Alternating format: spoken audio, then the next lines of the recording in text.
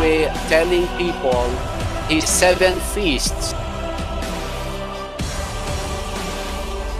Therefore, hear me now, my children, and do not depart from the words of my mouth.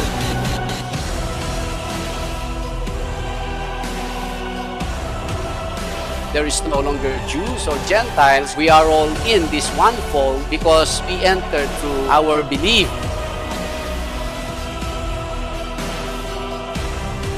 Keep your heart with all diligence, for out of it spring the issues of life. The Bible is teaching us about the urgency of time. Sa pagtanggap kay Kristo na siyang tagapagligtas.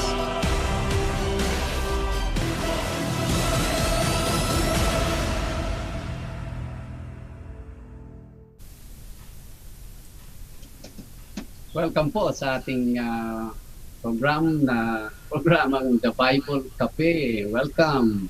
Good day, good morning, good evening, good afternoon, kung saan man po kayo nanonood at this time dito sa ating live na episode ng Bible Kape. Si Pastor Ram Gamboa po ito ng Calvary Chapel, Baguio City. Ito po, for the moment, dito po tayo sa temporary studio natin dito sa Skokie, Illinois.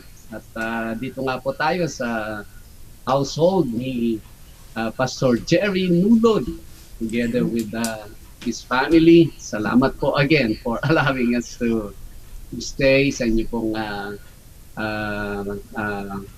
bahay at ganda rin po sa pagtanggap ninyo sa amin. May Yahweh continue to favor you, Pastor, and your family. Again, salamat po. Welcome po sa ating, Tuesday episode. At nawa ay join us until the duration ng ating hour and a half na program na ito. What we do po dito sa Bible Cafe, kung ngayon lang po kayo nakapakinig, or many of our regular viewers continue to invite ang kanilang mga friends, and if you happen to be one of them, ito po yung ating program na we do a study sa ating pong salita ng ating Panginoong Yahweh. Dito nga po tayo sa Proverbs chapter 13 actually. Kung meron po kayo Bible, you can start opening yung pong Bible sa Proverbs chapter 13. And then after doing explanation, we do some interaction, clarification, or question even sa galing sa ating mga kasama dyan sa studio, or even galing po sa inyo sa aming mga viewers. Interaction po ito.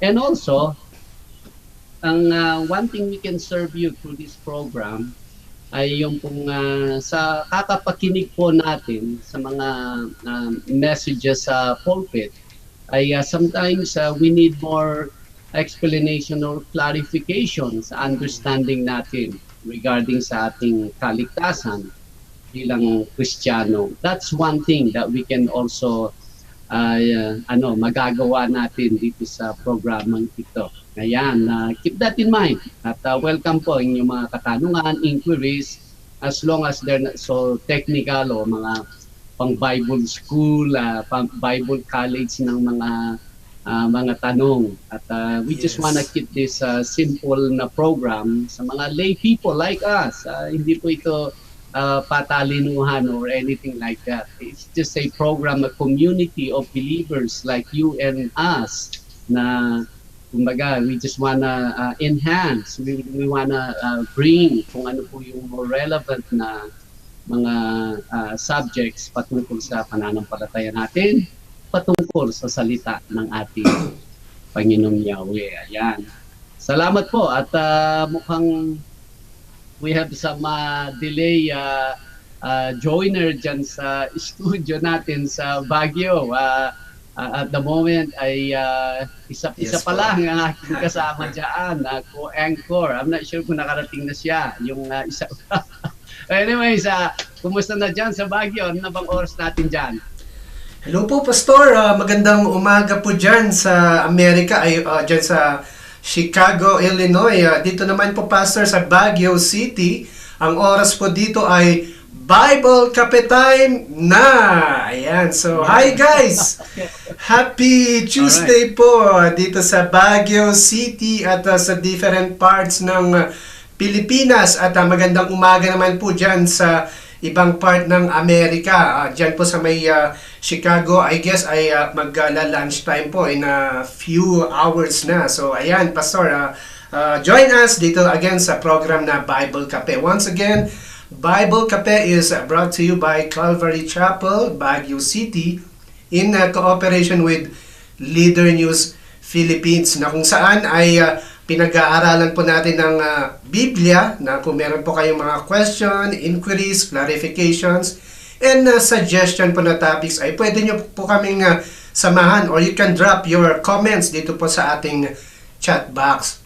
So, if you want to reach us, we have text line numbers for counseling po, or even yung mga topic po na gusto nyo po na matalakay natin every episode. So, ito po, 0927-494-2175 po for Globe subscribers, and for Smart subscribers po ay 0949-736-5000. Ayan po, at welcome po sa bawat isa. I hope po ay samahan nyo po kami sa isa na namang edition po ng Bible Kape. Once again, welcome to one and all. Ayan, back to you po, Pastor, dyan po sa may Chicago, Illinois. Yes, all right. Salamat. Like I said po, ang ating pag-aaral ay nandito sa Proverbs chapter 13. Wow, sa mga regular viewer po natin ay, as you see, the more every segment, verse ng Book of Proverbs ay truly relevant po siya, related siya sa ating mga buhay ngayon. Ganun ka-inspired ang salita ng ating Panginoon.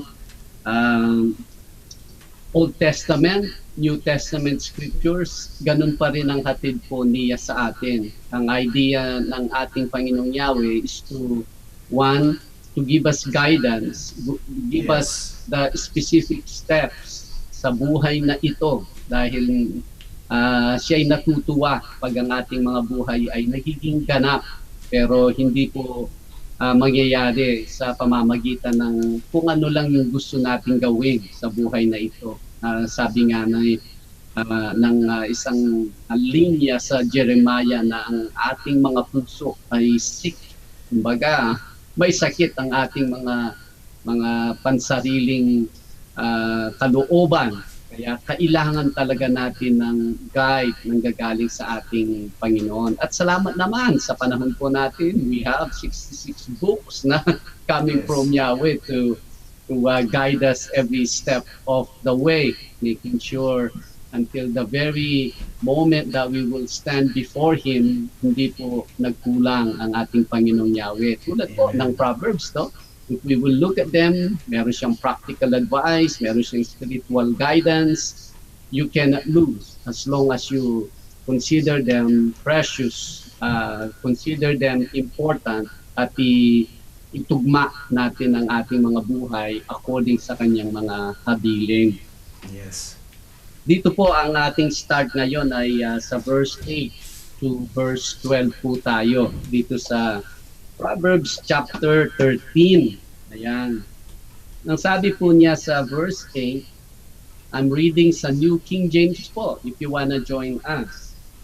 The ransom of a man's life is his riches, but the poor does not hear rebuke.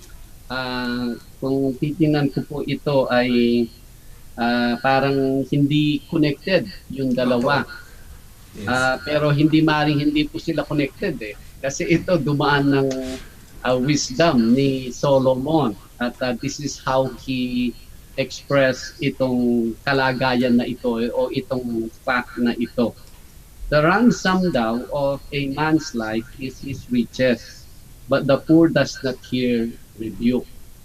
Ang reading ko po dito ay ang isang mahirap na tao you cannot use any element para siya ay mabago mo yung kanyang direksyon, mabago mo yung gusto niya o yung stand niya.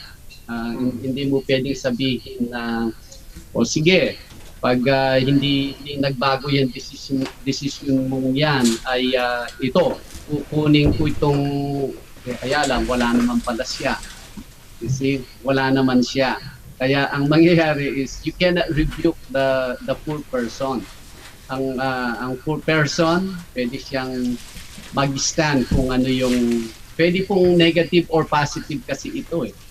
Pwede bang sabihin niya na hindi, ito talaga yung decision ko. O, wala ka naman magagawa dahil how can you hindi mo siya matetreat dahil wala naman siya eh. So kung ang decision niya is something negative, wala. You cannot change that decision. For example po, halimbawa, merong isang employee na janitor siya, janitor. And then meron kang gustong ipagawa sa kanya na sabihin na natin hindi dapat, yung illegal. And then sabi niya, ay ayoko pong gawin yan. Hindi tama yan eh. Hindi mo masabing, sige, i-demote kita. Pero wala ka nang i-demote. Janitor na nga eh. Yung, ano pa ba yung demotion ng janitor? Kumbaga, pinaka-lowest na yung position niya. You see? Kaya, nandun siya, kung ano yung stand niya, you cannot rebuke. Hindi mo na ma-change yung kanyang position. Maganda po yun. But at times ay negative naman ang kanilang mga desisyon. Kaya kung ano yung meron bang elemento doon na pwede mong ma-change yung kanyang stand, wala. Pero ang mayaman na tao meron. Yung mayaman na tao, yan ang negative and positive again. Kaya eto ngayon, the more you go up sa position mo sa corporate world, sa capitalism na alam natin, is the more na may control ngayon kung ano yung decision mo sa buhay mo. Ayan, whether positive or negative na naman yan. Kaya nga, kung ang tao ay ang kanyang intention is to go up the ladder sa mundong ito, sa trabaho niya, is the more you are promoted, the more na nawawala yung control mo sa prinsipyo mo. Yan usually eh. Unless na you're working for a Christian company, yan, maayos po yan. But otherwise, kung secular po, isn't it? The more you go up, the more you don't have control when to worship, when to serve the Lord. Dahil iba, may threat eh, may ransom kung ano man yung hawak mo. Riches man yan, position man yan, or kung ano man yung, imagine kung ikaw ay mapopromote ng vice president, welcome. You are promoted, vice president ka. Here, meron kang may house na titirahan mo dyan. So all, lahat galing sa company. Meron kang sasakyan, 2 sasakyan for you and your wife. Ito, yung mga promotion mo, mga bonus mo, may mga perks ka sa mga club and everything. Wow! And ito pa, ang sweldo mo, so much. I say, imagine if you have all that. The more you have is the more yung control ngayon. Yan ang ransom nila sa atin. Kaya hindi lang riches. Doon, sa panahon ni King Solomon, pag ang isang mayaman ay something na sabihin na natin he's making a decision and you wanna change that decision, all you have to do is mine yung kanyang riches. Pwede mo ma-threat yung riches niya at magbabago na yan. Isn't that ang typical na nangyayari po sa bayan natin sa Pilipinas? Usually, nawawala na ang one direction ng bansa natin dahil puro pwede kang may panghawakan sa basically lahat ng nakaupo sa any office or position sa bansa natin. Kaya ganun wala tayong Pag tinret na yung isa, instead na dito yung direction niya, okay, pwede. Ano ba ang dapat kong gawin? Ayun, ayaw niyang maalis yung pwedeng mawala sa kanya. Napakarami po nun, no? Kaya itong verse 8, the ransom of man's life is his riches. But the poor does not hear rebuke. Kaya ang life lesson po ang pwede nating makuha dito, if I may, is be simple as we could. Ang sa buhay na ito is not to elevate, to makaakyat tayo dun sa position na gusto natin, kundi unang-una yung ating worship, ating service kay Yahweh, especially malapit na pong dumating ang ating Panginoong Jesus, ating Panginoong Yeshua, then why do we still need things that can get hold of us? Dapat, let's keep it simple. Ang hindi naman poor, kumbaga yung sa be simple, so yung mga prinsipyo natin, yung stand natin will not change. Dahil, anong gusto mo ko nito, go ahead. Nabili ko lang sa garage sale. You can have it. Madali nating masabi yun, pero yung pag meron silang kukunin sa atin, ay, no, you cannot have that. Ayun. So, control ka nila. Verse 9, the light of the righteous rejoices, but the lamp of the wicked will be put out. Ibig sabihin may hangganan. Again, yung ang buhay o yung glory ng wicked, meron pong hangganan niya. At eventually, mapuput off. At kung death na sa physical, may death pa sa spiritual. Wala pong yung kanilang glory will ever continue. Even at times ay nakakapanood po tayo ng mga war movies, documentaries na tungkol sa Germany. At one time, wow, makita mo yung nung peak ng German time, yung Germany. Wow, para silang mga Diyos. Lalo na kung officer ka ng SS group, nako, wow, you can have anything you want. Para kang Diyos sa sinasakupan ninyong area kung saan ka man madestino. But what happened? Nung ma-invade na sila ng Allied forces, you see, may hangganan every time. Pero yung glory ay ando, parang wow, we're top of the world. Pero mamaya meron pong hangganan yan. Pero ang wicked will ever continue. Kung ano po yung stand natin, ang buhay natin, if I may bring it sa panahon natin, we will ever continue doing that. Sa verse 10, sabi po niya, by pride comes nothing but strife, but with well-advised is wisdom. Ito po, pride, ibig sabihin, pag prideful yung tao, hindi siya makikinig ng advice or hindi siya open to hear other advice from other people. Kundi ako basta ito yung gusto kong gawin. Ito yung mangyayari. Yun ang pupuntahan po niyan, strife lang kaguluhan. Kasi may babanggaan ka talagang mga other people like the person who is prideful at kaguluhan. Pero yung isang marunong makinig, well advised, ayan, may wisdom yan. Okay, sige, buti na lang hindi ko ginawa ito kasi kung ginawa ko ito pala ay yon along the way ay ito will not do me and my fellow man good. Kaya yon, may advice, may wisdom, meaning wisdom na consider yung more further na event or mga pangyayari, mga ripple effect ng decision ng tao.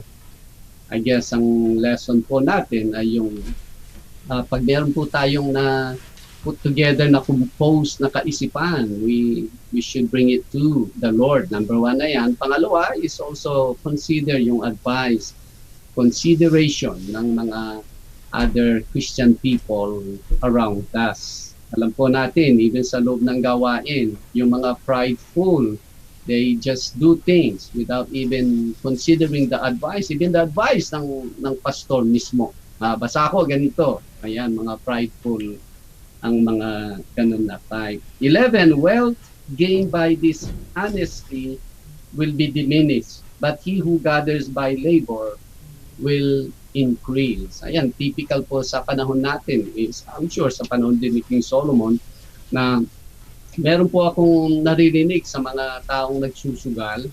Pag siya'y nanalo sa sugal, yung pong pera ay napakainit. At sabi nila, napakainit. They don't wanna save it. Kasi napanalunan nila sa sugal lang eh. Kaya usually they spend it, they buy things even though hindi nila kailangan and everything. Yun ang mga dishonest sa dishonest gain ang mga iyon. At ito'y madidiminis, hindi mo pwedeng i-keep eh. To the point na pinamimigay nga yan eh. Pinag-good time, things like that. Sa sugal pa lang po yan. Even sa mga pandaraya, even do sa crime at ikaw ay nagkaroon ng pera, hindi mawawala yan eh. Pero yung pinagpaguran mo, ika nga, pinagpaguran mong pera, parang sakto siya sa bulsa mo, sakto siya sa savings mo. Ayan ang ano niyan, ang kaibahan ng dalawa. Kaya yung mga nakikita natin mga nasa restaurant sila or may mga magagandang gamit sila, ano man yun, na bag or damit, don't worry about it. Hindi natin alam kung saan nila galing yung pinambili niyan eh. Tapos tayo, yung mga pinagpagura nating pera ay nakikigaya tayo para mabili natin yun. Don't do that. Don't do that. Kaya nga, nabibili niya yan dahil yan ay galing sa who knows kung ano yung trabaho ng asawa niya. Who knows kung anong trabaho ng taong niya. Kaya he cannot help but to buy things dahil hindi niya ito makit. Alam niya, may bahid na hindi tama yung kung paano niya na-gain yung mga pera niya. Verse 12, sabi po niya, hope deferred makes the heart sick. But when the desire comes, it is a tree of life. So ito naman, yung hope, yung deferred, yung natatagalan na mga inaasam-asam na mga bagay, yung matagal makes the heart sick. But when the desire comes, it is a tree of life. Ito po kasi, halimbawa, meron kang hinihintay na mangyayari. May hinihintay kang isang, sabihin natin deal, no? Okay, may hinihintay kang kahapon we were talking about closing yung isang kapatiran dito. They're working on closing yung kanilang titirahan na bahay, anong tawag doon. But anyway, yung mortgage. Now, pag yan ay sabi nilang, in 2 weeks, tingnan natin yung decision dyan. Yon, your madi-deferred ngayon. You cannot wait until do sa 2 weeks na yon. Kaya to the point, hindi ka makatulog, anxious ka, and everything. Yon makes one heart sick. Yon ang sinasabi niya. Hindi ka mapakali, kumbaga. But, sabi niya, but when the desire comes, it is a tree of life. Pag yun naman ay nangyari, wow, parang wala kang mabubuhay na finally nangyari na itong matagal kong hinintay na bagay or transaction or whatever that is. But kung dadalhin natin sa ating panahon, ito na nga, yung hope natin sa ating Panginoong Jesus, Panginoong Yeshua, na He said He is coming back. We've been waiting for Him. But ito po ang ano dyan, the difference. Ang hope natin sa ating Panginoong Yeshua is certain. Sigurado po siya. Kaya nga ang hope, sabi sa Bible, is certain yet future. Ang hope po sa secular ay iba naman. Sana mangyayari ito. Yan ang ng hope eh. Kaya yung sa secular, pag halimbawa merong something na inaasam-asam niya, waiting for something, but he's not sure. Hindi sure ngayon ang tao kung yun nga ay mangyayari o hindi. Kaya yung puso niya, naku, kung hindi nangyari. Naku, pag kailan kaya mangyayari ito, yun ang makes heart sick. Hindi tulad po natin. Ang hope natin ay sure na pag ang ating Panginoong Yahweh ang nangako, He will ever fulfill it because He is a faithful God. Yan. Salamat po, coming from Pastor Ram, that's all I can give dito po sa ating proverb of the day. Alright, mga kasama dyan. Nandiyan na yata si Opo, Pastor. Maraming salamat po, Pastor Ram, for the explanation po dito sa Proverb 13, verse 8 to 12. But before po ako magtatanong, ay hayaan ko po muna si Sister Unbi to greet everyone. Ayan, Sister Unbi. Sister Unbi is back po. Hi! Good morning, good afternoon, good evening. Shalom po. This is Sister Unbi po. Hi, nice to see you again here. Ayan. Okay. So one thing, Pastor, is very evident po dito sa Proverbs na napapag-aaralan po natin na mula nung umpisa nitong book na ito, na either you are rich or you are poor. Kapag may ano po pala, pagka hindi mo ito in-exercise in a way na into a biblical perspective, may mga negative things rin pala na pwedeng mangyari, either you are rich or poor. Yung katanungan ko po, Pastor, is, does a poor person never find trouble as a rich man? Dahil po sa estado po nila ay yung trouble po ba ng isang rich man ay malayo pong mangyari sa isang poor man? Not necessarily. Actually, kung ang rich man na accumulate niya yung kanyang riches through honest at kumbaga righteous ways, a rich man should not have no problem. And priority ang kumbaga the kingdom of God, yung relationship niya sa Panginoon, at he is into serving the Lord. At the same time, wealthy, mas less po ang problema ng rich kaysa sa poor. You can have it. Yun. Wow. Kahit rich yan, hindi mo yan magagalaw. Kaya hindi yung sa estado Kumbaga yung kahit mayaman yung tao pero na-accumulate niya sa tamang paraan, you cannot touch that person. Yan. Ayan, Pastor, one more quick question po dito sa verse 8. Yung sabi po na the ransom of a man's life is his riches. Sabi po niya, Pastor, does it necessarily na ang isang mayaman ay can prolong or can preserve his or her life because of his or her riches? Sa pamamagitan po ng mga situational po, Pastor, na yung kapag may kinidnap or kapag may mga bagay na pagka mayaman po kasi is parang malalapitin sa mga bagay na hindi maganda. So ito po ba yung riches po niya, is it a way for him or her to preserve or to prolong yung kanilang buhay? Or kasi pag nagkakasakit sila, they have the money to buy the medicine, they have the money to hospitalize themselves. So ito po ba yung sinasabi, Pastor, dito po sa verse 8, first part po? Actually, yung nakikita kong susi sa key sa verse 8 ay yung second line niya. Sabi niya, but the poor does not hear rebuke.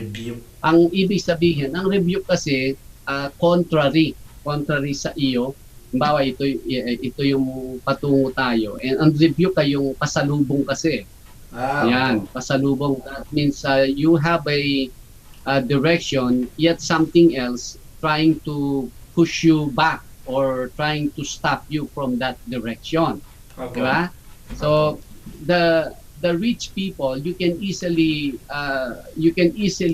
change yung kanyang path if you make a threat that his riches will be affected if you don't change. Sasabihin mo, I will demote you. O I will yung perks mo, yung privilege mo, you have a free membership sa country club, I will take that out. Yan. All of a sudden, okay, so what do you want me to do? Yan. Mabalik na siya. Kasi wala siya mas ini-enjoy niya yung mga comfort, convenience niya sa buhay, yung position niya sa buhay. Mas yon. Pag yan ay ginalaw mo na sa rich person, usually mas pakikinggan niya yung kung ano yung gustong mangyari nung above sa kanya. Pero the poor, meaning the simple person, how can you demote me? Sabi nga, makita mo yung mga, punta ka na lang sa isang, sabihin na nating hotel, okay? Punta ka sa isang hotel dyan sa Pilipinas. Hindi dito. Dyan sa Pilipinas, punta ka sa hotel. Eto ngayon, ang isang ordinaryong, kaya sa restaurant na lang, ordinaryong, nag-serve sa restaurant. Underpaid, overwork ang tao niya. Yes, overwork, underpaid. So, okay, nagtatrabaho siya. Hindi mo siya matreat na, alisin ko yung trabaho mo. Alisin na niya yung apron niya. Says, okay, yan. You can have my job. Ano ito? Ang napakapagod na trabaho to. Hindi pa tama yung yung sweldo. Yung mamadali niyang meron kang pinapagawa sa kanya na contrary dun sa principle niya. You can have it, sasabihin niya. Eto ngayon ang manager. Ang manager, iba yung kanyang sweldo, iba yung kanyang place na madalas siya magstay, nakaupo siya sa office niya. Pag yan ay tinret mo, iba yung dating sa kanya. Bakit po? Pwede, pag-usapan naman po natin yan, ano po ba dapat kong gawin? Sasabihin niya. So, two different positions. Pag meron silang stand, yung isa, hindi mo siya basta ma-review. Because he only has something little, you can threat the person. Yan. Ayan, Pastor, maraming salamat. Pastor, dito po sa verse 10, by pride comes nothing but strife, but with the well-advised is wisdom. Pastor, yung pride po ba ay parang more attractive po ba yung isang taong mayaman because they have something to boast about? Or pati rin pa yung mga all walks of life can also be guilty of having pride in their life? Yes, all walks of life yan. May mga tao talagang prideful na alam nila na hindi pa tested yung kanyang idea o mga plano at he or she doesn't consider the advice of other people around them. No, prideful yan. Usually, when the things went successful, sasabihin nila, you see, gawa ko yan, naisip ko yan. Ganun na mga prideful doesn't want to involve other people. But eventually, that will cause strife. May babanggaan yan. Ngayon naman, sa isang taong marunong makinig, whether poor yan or rich yan, ayan, ang kaganda ng mga desisyon niya kasi may consultation from other people. Kaya kung walang consultation ng isang group, I don't want to have nothing to do with it. Kasi masyadong isa lang ang kaisipan. Maganda yung sama-sama tayo sa mga desisyon na ating ginagawa. Ayan, maraming salamat, Pastor. On the positive note, Pastor, kapag po kasi tayo ay napag-aral ng salita ng Diyos dito sa Bible Kape, Bible Studies, or even sa mga church services natin, I think marami po tayong mga counsels na hindi natin parang the first attempt or first hearing po natin ay hindi po natin iti-take as advice pero marami pong mga bagay dito po sa Bible na makikita po natin na kapag nagrema po ito sa ating puso, isipan, sa ating spirit po ay talagang may mga advices po na pwede po nating i-consider. Ayan, so Sister Umbi, do you also have a question for Pastor? Yes, Pastor, I have a question here po. Ayan. Verse from our Proverbs po, verse 10 is the one about the pride po, Pastor, is it po? And then, how about correction po, Pastor? How many times if we are corrected to our brother or sister, and then they are still doing it, and then they are still also refuse what we said, what I said, how do you think about it po? For one is stop giving them advice because you can give them advice or two, and if they continue doing whatever they're doing, it's still their decision. It is not up to us. People are not furniture. Furniture, we arrange them in a certain location in a certain direction. Yes. When we leave them there, they will stay as we place them. But people are different. People are moving furniture. You place them here, you turn around, it it goes back to where it was. That's just the way it is. People around me can be stubborn, can be obedient. It should not change how Yahweh is shaping me. Yahweh can change. Yahweh can shape me. Yahweh can make me who the person He has in me by placing many stubborn people around me. Pastor, Those stubborn people, those prideful people will not change, but He is changing me. But I cannot change them. Yes, I cannot change them. So the most important is focus to what Yahweh is doing to us. But because if you think that they have to do that, they have to change, they have to do exactly what you're doing, you will lose focus to what Yahweh is doing to you. It has to be here first. So it is what Yahweh, according to His word, according to the Spirit, are you becoming that person? It is well.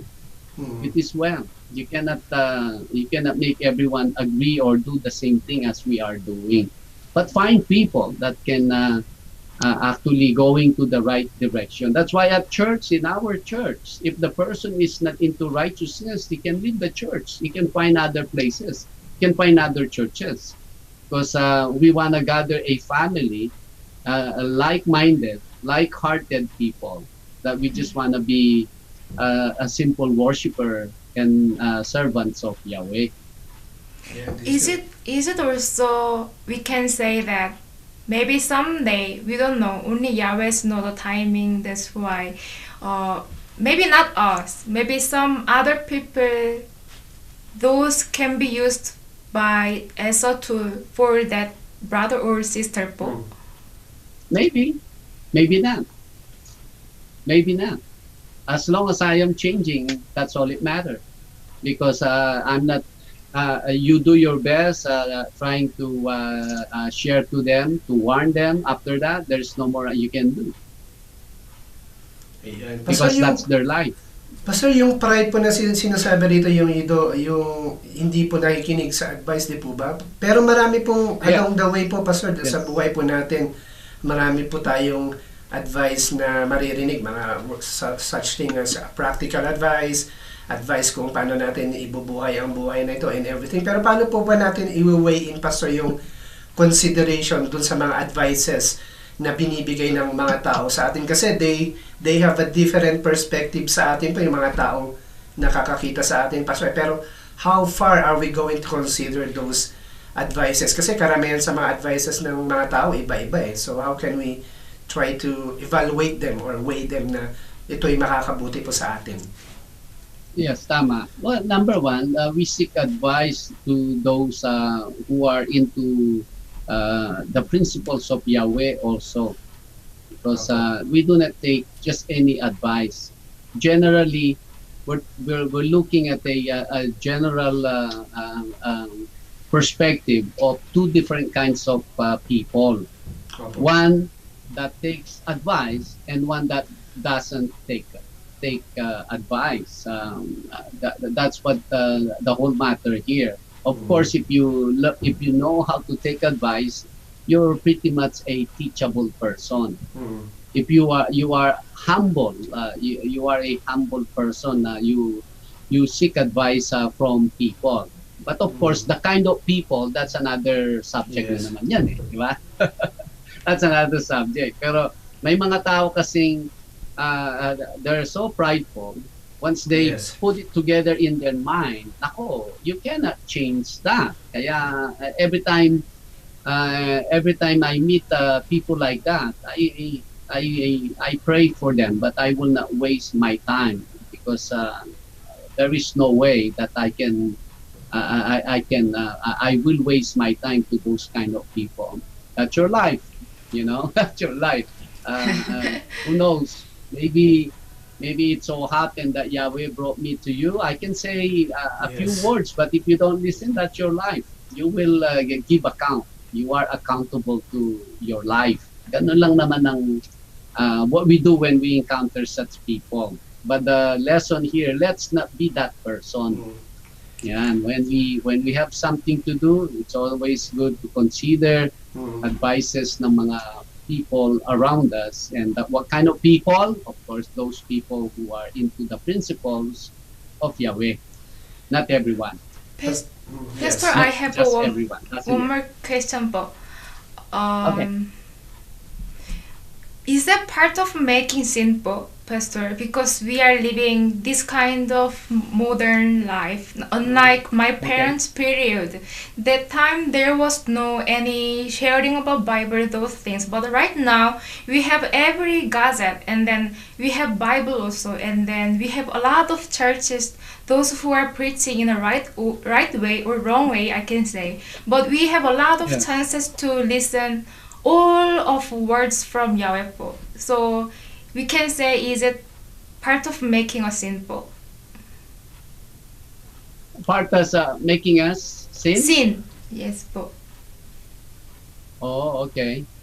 But what would be the sin there? By listening or not listening? Those who are still rejected about being corrected, and then Oh yeah. yeah. Yeah, no, it's that you see the sin there is they will miss the right advice. They will miss the right direction. That is the sin. But that's just being stubborn. But they will feel the heat later on. They will experience the consequence of rejecting good. Righteous advice, godly advice from the people around them. Once they reject that, later on, along the way, they will find trouble. That's the trouble for them. I think, Pastor, in the long run, kapag ang isang tao ay hindi talaga familiar into the situation that he is into, or yung mga pinagdadaanan, it's really easy to ask some kind of an advice. Pero kapag kayo mga bagay po ay parang medyo familiar po tayo, parang there's something na sa isang tao na they don't want to consider a certain advice because of, unang-una siguro, Pastor, yung nabanggit natin kanina, yung pride of life na ayaw mapakailaman kung ano yung pamamaraan niya. Pero, Pastor, sa mga familiar things ay bakit ang tao hindi sila nakikinig? Pero pag sa mga bagay na wala silang kaalam-alam, ay they are really quick to listen to advices, even iba-iba yung mga advices na natitake nila. Bakit po ganun? Oh, is it okay to add that with your Of course, yes. or we can say, is it okay to say that those people who doesn't want to listen, maybe there is no fear of God po, Yahweh. Ayun. Pwede. Yes. Pwede. For one is they don't care. I think the answer for Brother Dennis and your question is it's the heart of the person. Because let's say I want to become a good-looking person. Okay, Ayun. that's my heart. Actually, I'm browsing. I'm looking for advice that can make me a handsome person. But any advice that has nothing to do with making me a handsome person, I'm not Yes. interested. That's what it is. That's why. Oh, let me tell you about how to clean your house. I'm not interested in that because I only want to become handsome. How about people who, so you hear many things about God, and no, I don't about how to become a handsome. Oh, I like that. What do you do? What can I? What's the way? Any new any new vitamins? Any new facial? That's where the heart of people. But we know as we mentioned earlier, the heart of a person is sick, and it's actually after material things, physical things, the same temptation or the same elements all over again. The lust of the flesh, the lust of the eyes, and the pride of life. That's what the heart is going after, especially to those who do not have a personal relationship with Yahweh. So those are the advices that they like to hear, how they can meet those elements in their heart. The same thing kay Brother Dennis. Ganun kasi yun eh. Yung kung nandun lang yung kanilang pakikinig para ma-meet kung ano yung laman ng kanilang mga puso. Kung ano yung dinidesire ng kanilang mga puso. But when you tell them about spiritual, yan, ano na yan. Hindi yan fitting sa mga hinahanap ko. I think, Pastor, yung sinabi niyo po is, it's a kind of evident po sa mga churches because they tend to just listen po sa mga bagay po na naaakma sa mga gusto nilang marinig. Pero pagka mga bagay na po na naaapakan na yung kanilang reputasyon, kanilang mga sarili po ay parang they tend to walk out sa church po na na kanilang pinupuntahan. So it's really hard na maging prideful because ang pagiging pride is talagang kakainin ka po niya eh. So maraming salamat, Pastor, sa mga insights po na kita po natin dito sa Proverbs chapter 13 verses 8 to 12. So sa inyo po na mga late viewers or kakaka-tune inyo lang, kakalagin nyo po lang ay we have just discussed po yung Proverbs chapter 13 verses 8 to 12. So kung meron po kayong mga comments or may mga questions po kayo regarding po sa ating natalakay ay please feel free to drop it in our comment box. So ayan, so it's barely 12 minutes before our first hour together. Sadya nga pong napakabilis ng oras kapag po tayo nagba-Bible Kape. So ayan, so dadako po tayo muna sa ating mga first batch ng mga pagbati natin sa Tuesday edition ng Bible Kape. At pangungunahan po yan ni Sister Unbi. Ayan. Greetings. Let me check it first for those who I can greet first po. Alright. Sister Ram Gamboa po. Good morning po. I Ayan, think this Gamboa. morning there. Hello Yes. po. Welcome po. Welcome. My sister. Hello po. Here, this is Christina po, Sister Umbi. And then, Kuya Don's family also watching po. Wow, hello.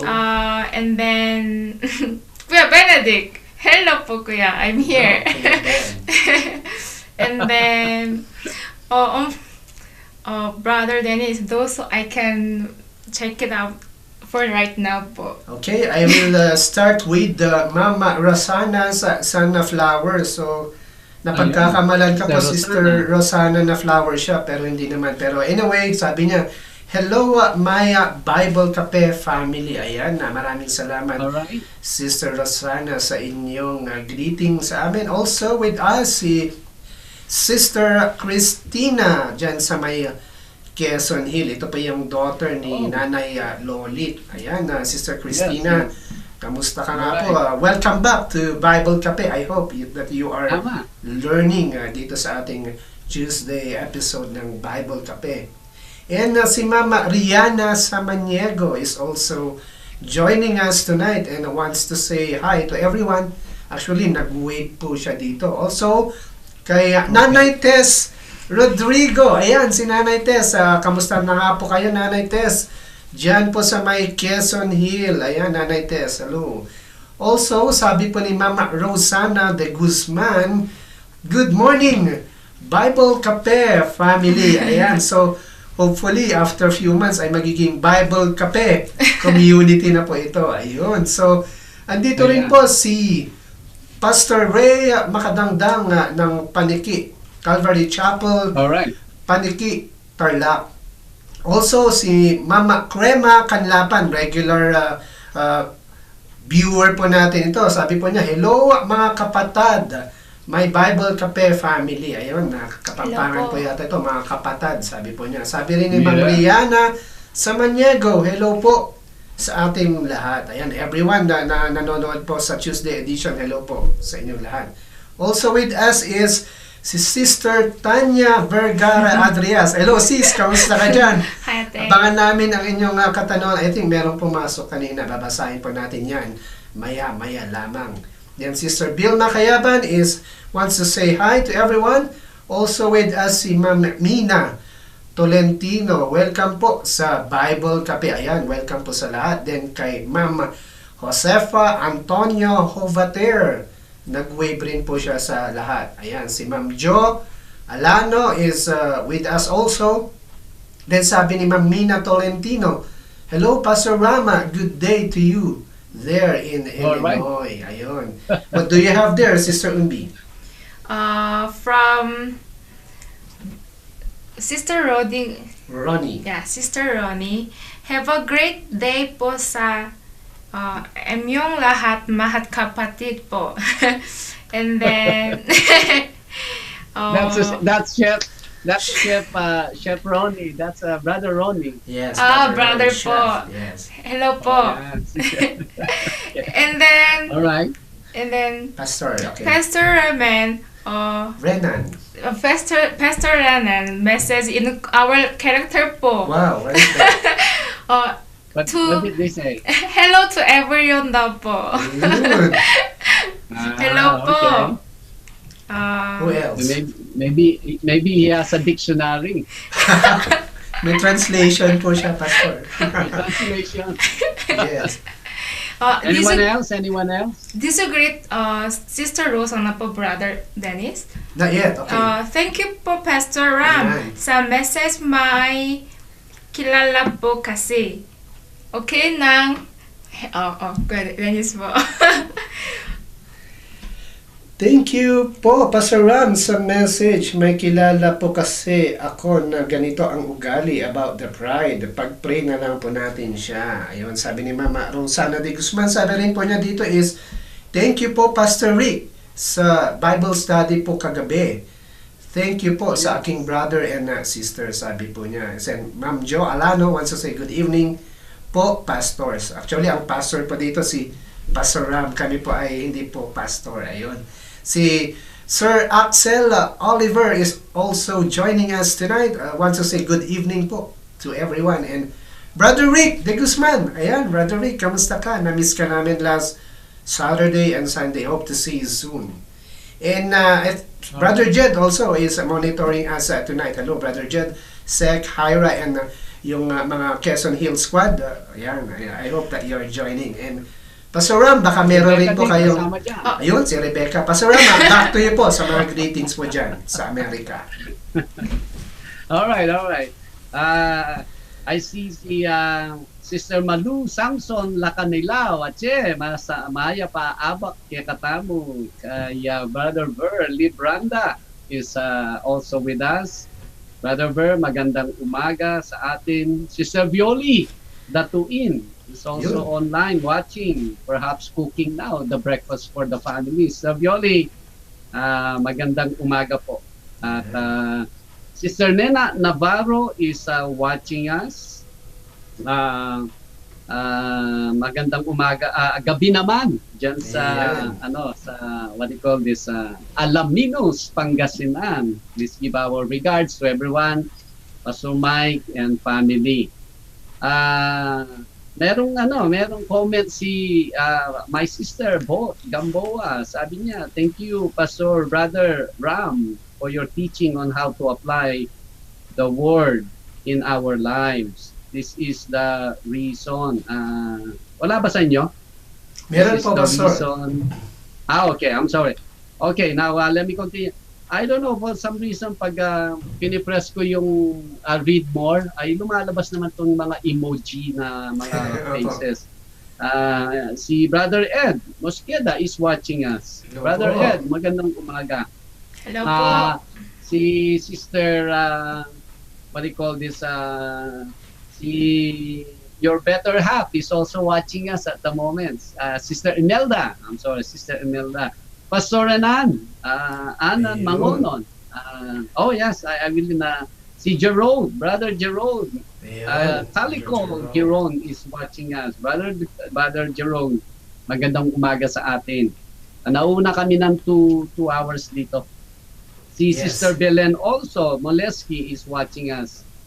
Sister Belen, Maya, Paabak, Kekatamo. Yan. Yes. Si Don Fernando is Ayun. watching us. Don, good evening sa inyo dyan. Of course, si Hyra is also online watching us.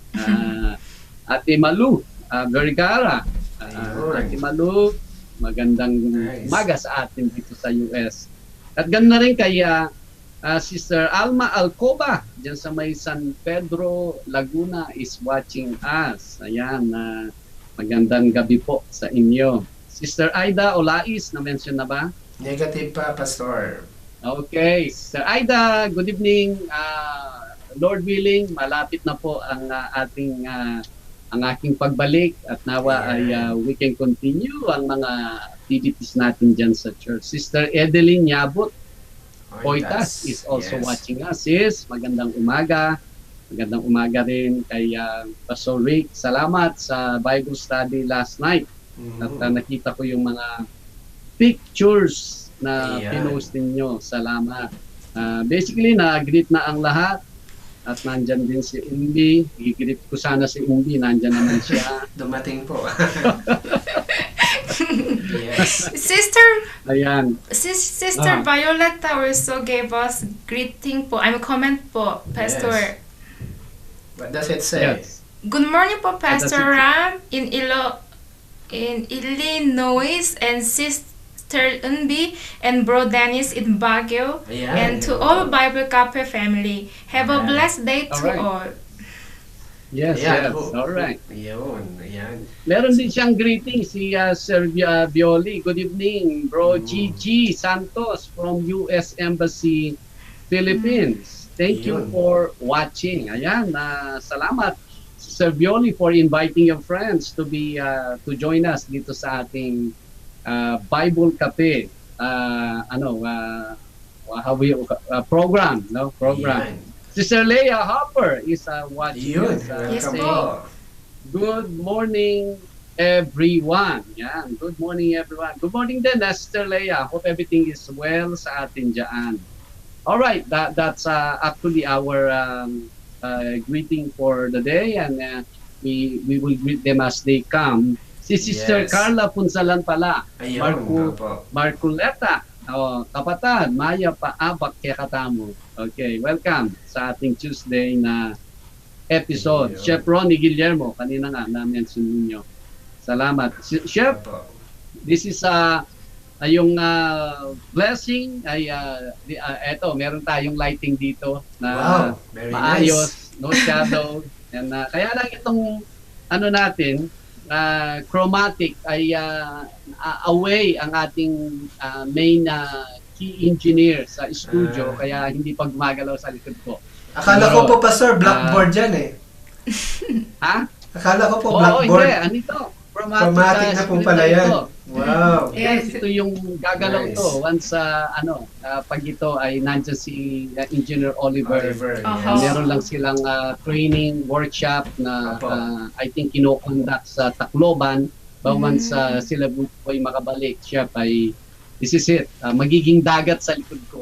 Ayun. Kung ano Opo, yung Pastor. video na ating ipapalabas dyan. But anyways, good morning. Say Ayan. hello kay Ate Gigi. May Yahweh bless your day po. Ayun, Alright. Pastor. Si Danny Olais is also Ayun. just got online. Salamat. Ayan.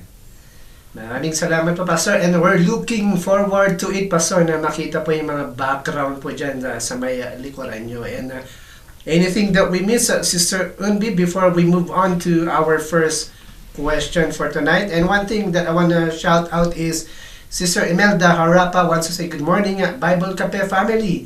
Good morning, Pastor Ram. Good morning to my husband from Las Vegas, Mr. Eda Mosqueda.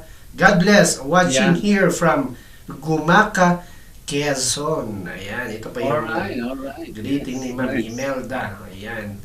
Then, our first question comes from our brother, our dear brother, Rick De Guzman. So, do you have the question with Okay. you, Sister Umbi? Brother Rick De Guzman? Brother Ripo. Yes, go Ah. ahead. Good evening, Pastor. This is from Rick po. Pastor.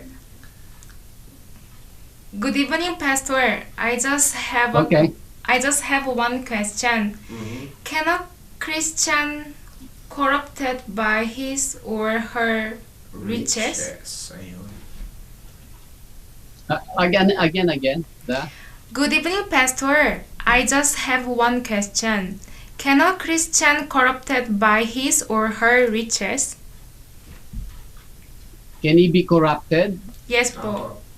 By Okay. her riches. Corrupted. Absolutely. Riches is number one element. One can be corrupted because riches can make us feel the comfort and the convenience of this life. Now, being in the flesh is still so strong in us. Mhm. So when you say, okay, if I will take that comfort and convenience your flesh has been having, will you not obey what I want you to do? So we can easily be corrupted, all of us. That's why every day we need to make sure we have the grace of God working in us to make us focus, to make us desire what Yahweh has for us, not only in this life but in the future. So that way we can be a little bit more stronger than the average people. Kaya yes, riches can easily corrupt a person.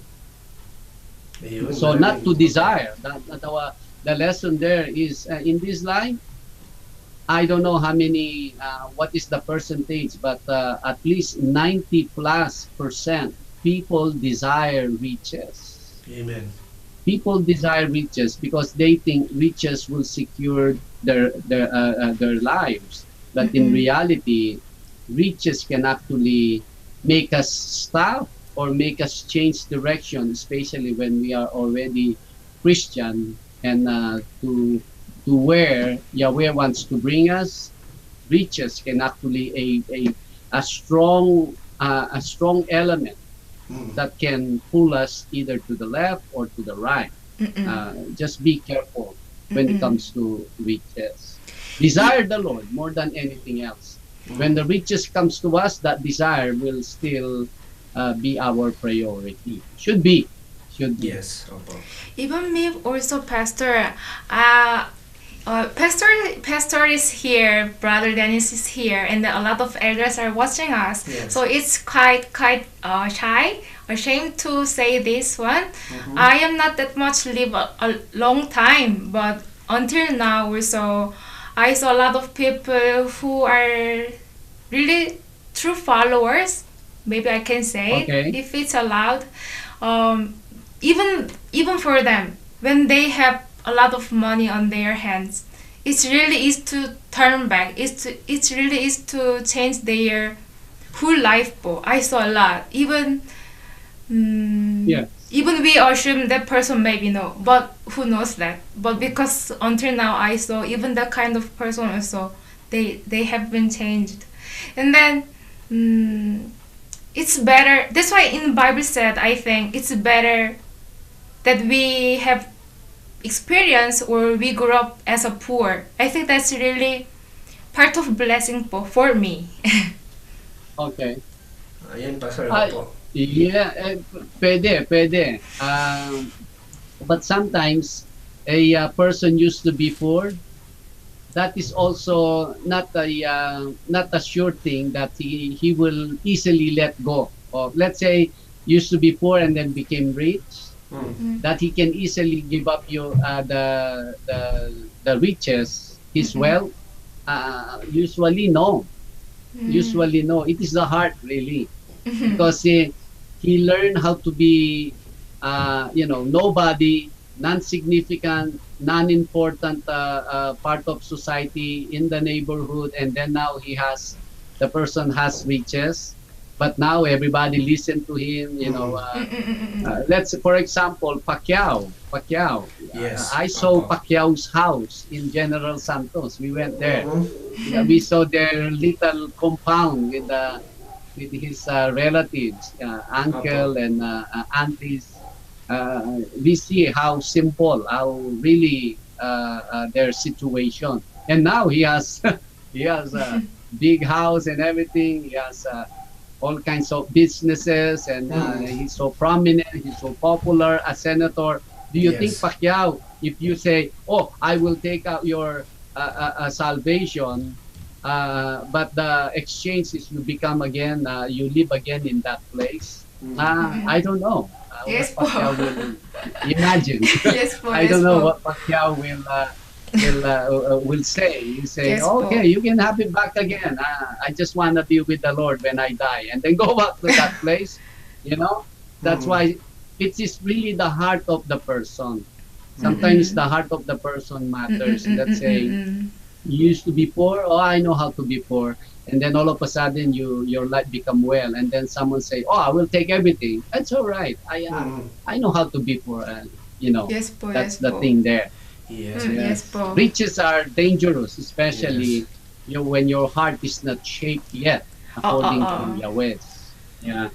I think, Pastor, it's not really wrong to be rich or it's not wrong to be poor. What Absolutely. matters is how do you practice yung riches mo, how do you dispose it, and how do you deal with your fellow men. Kasi po, Pastor, yung sinabi nyo kanina, even if you are poor, once that you get rich, magiging beast ka na kasi babalikan mo yung mga tao nga nag-alipusta sa'yo, ng hamak sa'yo. Yeah. If you are Tama. also rich, on the flip side, you can manipulate people as much as you want to. Pero kapag ikaw po ay gagamitin na vessel na ating Panginoon, either you're rich or poor, it doesn't matter. Basta ang importante po ay kung gaano po tayo katama sa ating placement sa ating Panginoong Yahweh. Pero one quick question, Pastor, dun sa nabanggit nyo nga sa poor, it's not really an assurance.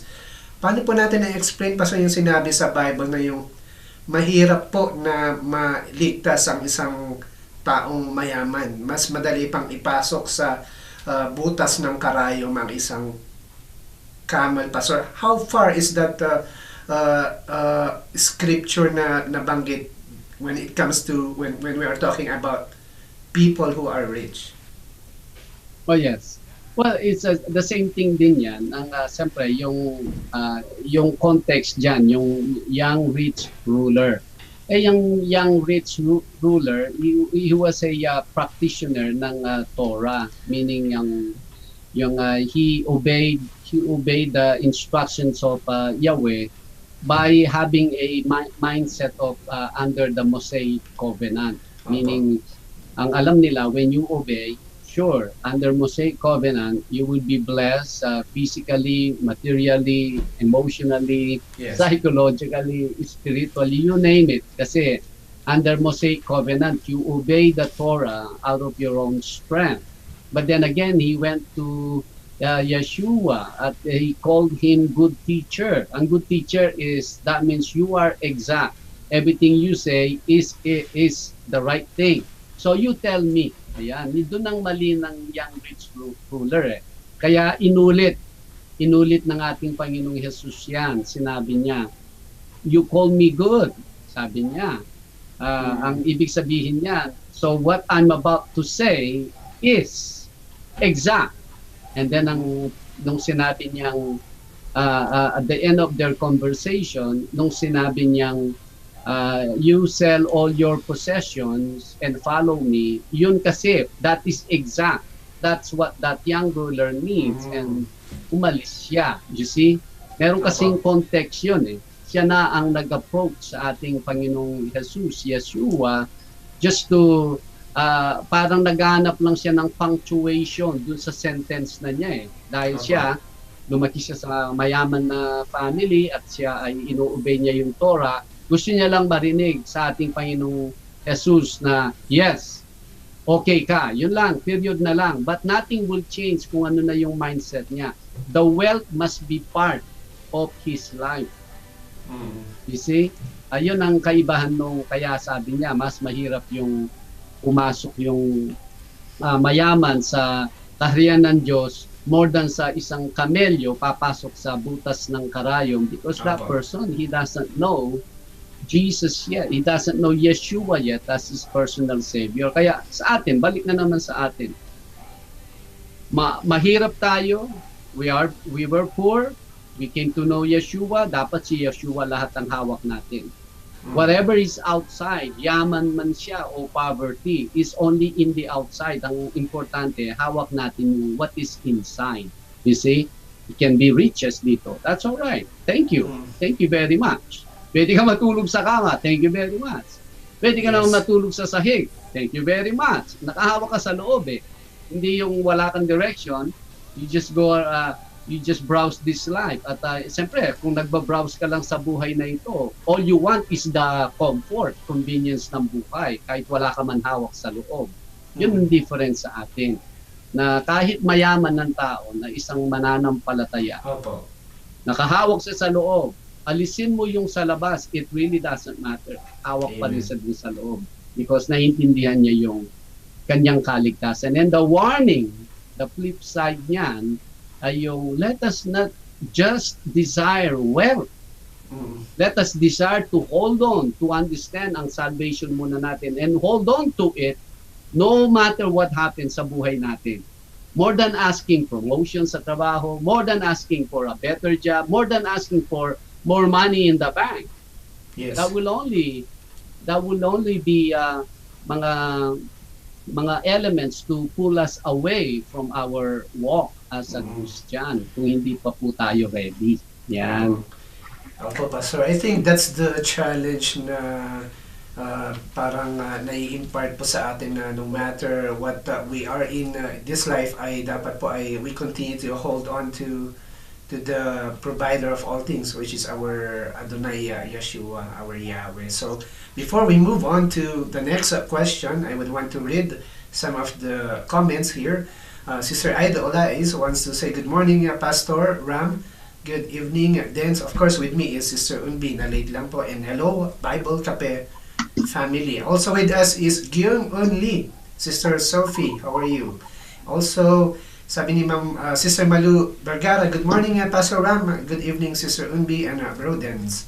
And all my BK family. Hello din po sa inyo dyan, together with Brother Fernando Vergara and family, Sister Carla, Brother June. Ayan.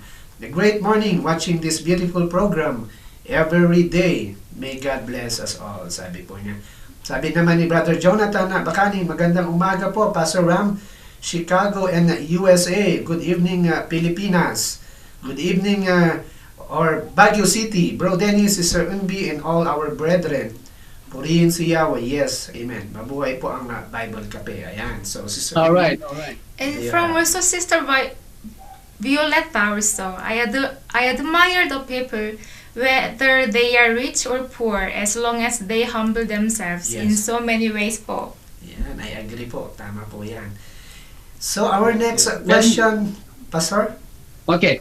Yung bang yan, may follow-up sa mga discussion natin?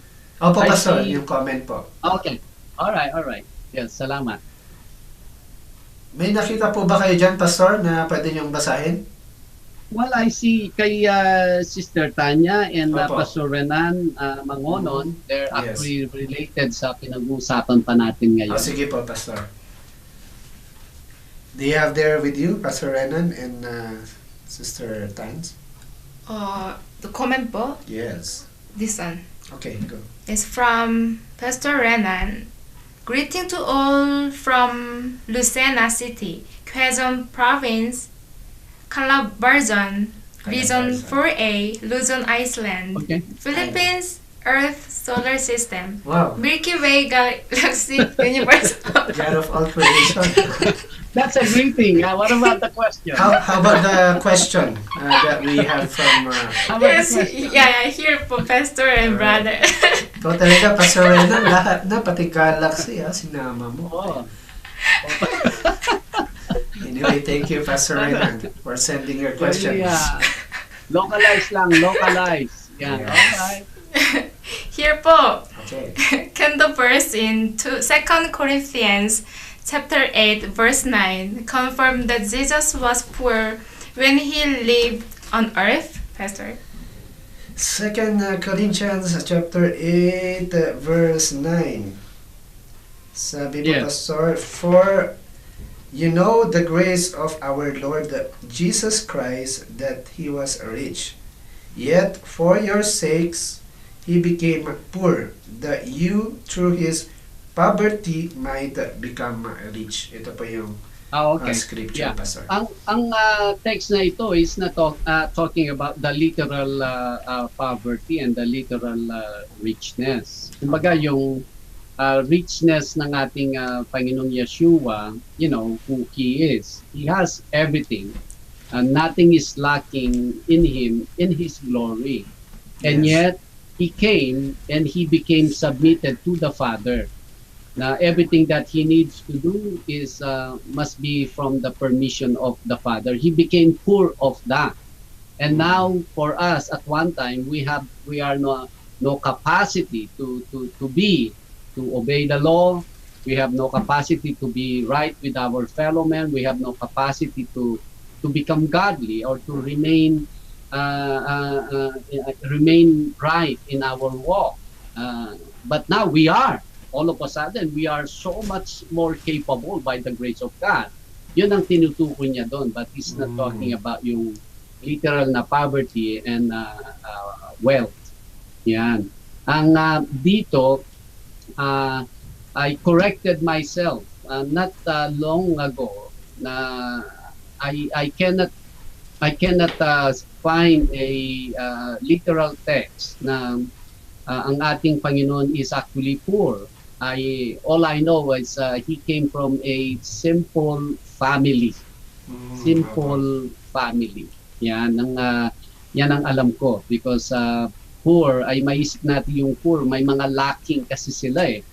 May tingnan mo kung ang standard ng isang pamilya ay nakakapag-aral yung kanilang mga anak, pero dahil poor sila, may lacking, hindi na sila ngayon nakakapag-aral, hindi niya nasasend sa school ang kanyang mga anak. Poor yun eh. Kaya dapat careful tayo how we define ang ating Panginoong Yeshua as poor. Pag poor meaning so may lacking si Yahweh, the Father, kung ano yung meron ng ating Panginoong Yeshua. And yet I'm here to be corrected if you find a clear scripture saying na poor ang family ng ating Panginoong Yeshua. Hindi siya poor.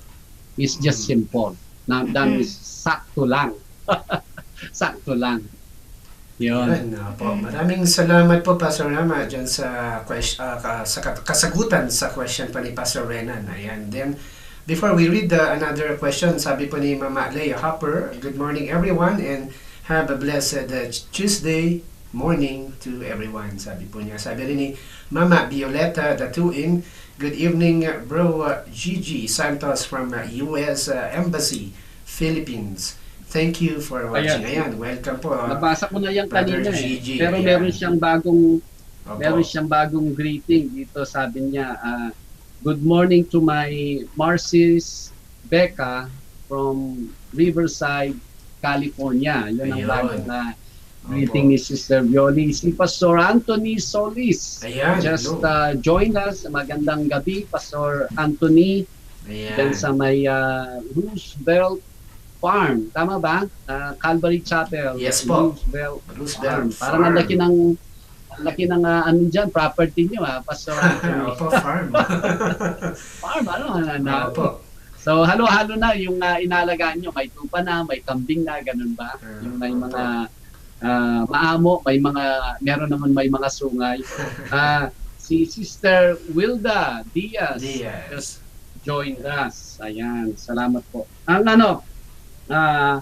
Ang tawag dito, merong bang si Sister Tanya, nasa inyo ba yung kanyang... Opo, Pastor. We're okay. going to read. I think related yan sa ating topic. Yes po. Actually, Pastor, to give way po dun sa question ni Brother Ben, because Brother Ben asked the question the earliest, pero let's give way kay Sister Tanya. I think okay lang Alright. sa kanya yun. Yes. Ayan, From, Go ahead. from Sister Tanya, Pastor, many teachers of the Bible claim po na God desire for His people to be prosperous. They said, as long as you're with God. How accurate po ang mga sinasabi nila about prosperity po? Ayan. You're practicing your Prosperity, Tagalog, ha? Yes po.